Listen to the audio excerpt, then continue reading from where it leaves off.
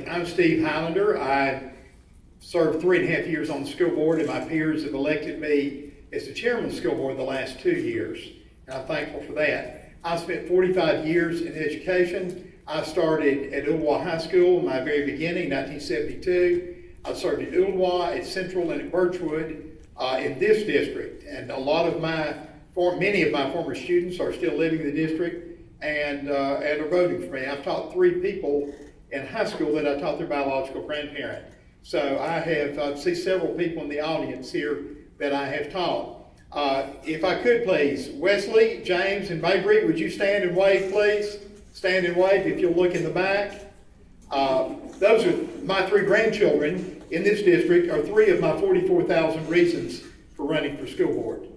And I want to do a good job first and foremost for the children, every child in this county. I've lived most of my life in District 9. My grandparents moved in District 9 in 1930. I have lived here since I was 17 consistently, but as a child I lived here up until I was about 9. My father was a minister and he took churches in adjoining areas, and my mother's home is over near where DeAndre lives now, in District 5. I've spent countless hours in research, trying to do the right thing for fiscal responsibility, trying to see how our finances can be most efficiently done. I've tried really hard to pool all stakeholders on school safety and every other issue. I met twice privately with the sheriff, Dr. Johnson and I have, once publicly, and then spent a day with the school seminar on safety. We were asked in a Unified Ed survey what our most important task was right now, and I think it is school safety, and that's what the people in my district think. I try to poll 100 people. I do a random poll on both sides, both the Harrison side and the Ooltewah side, try to do it as evenly as possible, do a tally, and keep record of how many people want each thing in there on each side of an issue. I try to get constant input from students, from parents, and from the community.